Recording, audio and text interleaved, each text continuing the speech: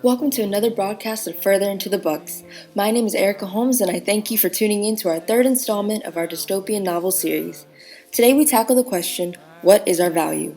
We will be discussing Unwind by Neal Shusterman. Unwind makes its way into the dystopian category by taking reproductive rights to the next level. To give you a brief summary, split into 7 parts, Unwind is a 4-book series that follows Connor, Risa, and Lev after the end of the Second Civil War. The U.S. military, pro-choice war, and pro-life war are the 3 factions in society.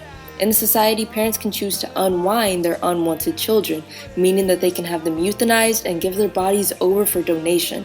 The main conflict of the story surrounds the rights of children and their fight to survive their parents' choice to have them unwound. It manages to perfectly fit the requirements by making the situation the 3 kids go through very horrible. Another example that makes this into a very tragic story is a process called storking, and that is where any mother or father can leave a baby in front of another person's property, i.e. in front of their house. Then, once the biological parent runs away, the baby legally belongs to the person that opens the door. I couldn't imagine that being real. Also, before storking was allowed, the young mothers would throw away the babies into dumpsters because they couldn't afford to have one. That being very depressing leads us to ask, does this dystopia not value a human's life? Now you may be asking, how do you measure a human's worth? Here's a quick excerpt from Jeff, a poet well versed on this topic. How do you measure the value of human life? People can take it away at moment's notice, when furthering one's agenda is more important than a boy having his father come home at the end of the day. Now, of course, with every novel, there is a central idea and theme that captures the reader from the beginning until the very end. Within Unwind, the value of a human life is tested constantly, from the unethical repurposing of teenage bodies with high potential to the lawful act of storking, just abandoning your child with a family that honestly doesn't want them. A human's ability to end life and be unbothered, the way a parent can sign over their child to the government with no regard. However, sometimes another piece of literature can capture the same central idea as another. This is evident within The Value of Human Life by a man who just goes by the pen name Jeff. Luckily, we are able to get him to the studio today. But before we get into his personal perspective on this theme, why don't we inform our listeners on what was done within this poem? Posing the significant question right from the start manages to attach the reader almost immediately. However, the baffled and accusatory tone within The Value of Human Life is what keeps you wanting more. With phrases like cowards that hide behind masks and bestial authority, you can't help but feel angered as well. Making humans synonymous with object changes the society in Unwind and changes our own modern lifestyle, becoming totally desensitized to the violent and lethal acts humans can willingly commit. But enough about what I feel. Let's hear the perspective without the middleman.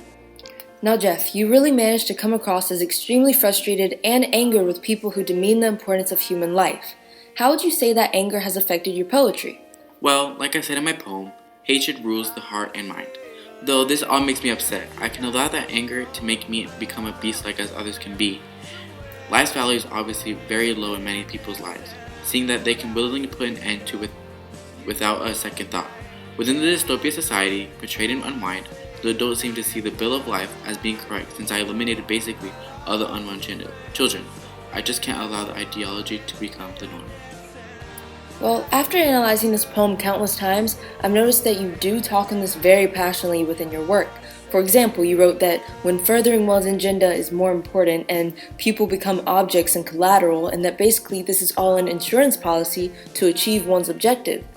How would these, what some would call radical thoughts, relate to this dystopia? I'm going to be completely frank with you on this, and I hope your listeners are paying close attention.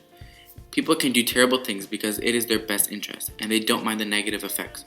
Within Unwind, the Bill of Life was created to be a compromise between pro-choice advocates and pro-life advocates.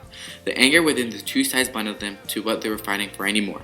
It became a lost cause. It wasn't a regard for a child anymore. It was just about winning and losing this long-fought battle. As I said in my poem, chopping off heads to bestial authority who have no remorse for their actions. Though adults were unwound in the novel, the same remorse still holds true.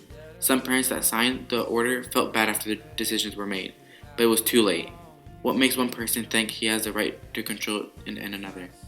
Wow, I'm honestly at a loss of words right now. Though I've analyzed your work, it's nothing like hearing it right from the source. I mean, we don't usually do this, but would you like to sign us out of this podcast? Sure, why not? I really think that this dystopia has many mistakes, and one of them is not valuing human lives, which is hard to say, but very true.